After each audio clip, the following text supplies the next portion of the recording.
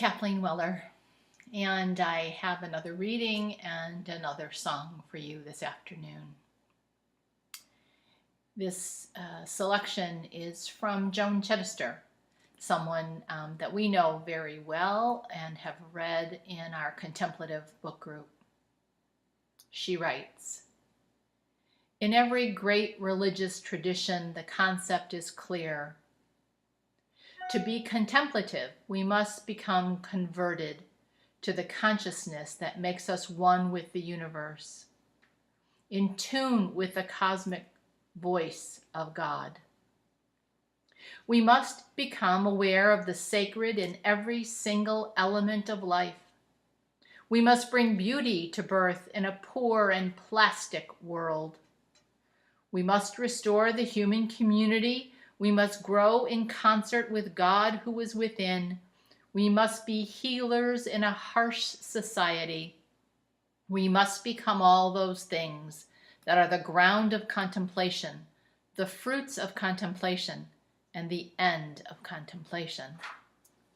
The contemplative life is about becoming more contemplative all the time. It's about being in the world differently. What needs to be changed in us? Anything that makes us the sole center of ourselves.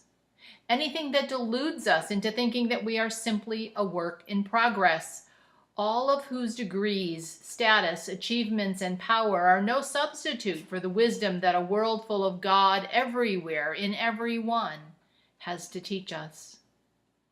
Anything that drowns out the voice of the ultimate within must be damped. To be a contemplative, a daily schedule of religious events and practices is not enough. We must begin to do life, to be with people, to accept circumstances, to bring good to evil in ways that speak of the presence of God in every moment." Joan Chittister, The Illuminated Life. So as we take this pause and think of what it means to know ourselves in God, a radical concept really when we've been taught all our lives that we have a little bit of God in us, and to think instead of ourselves in God.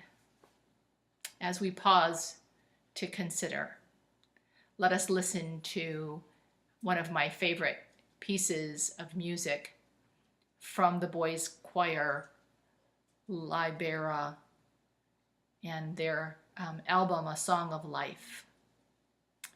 And it is called Deep Peace.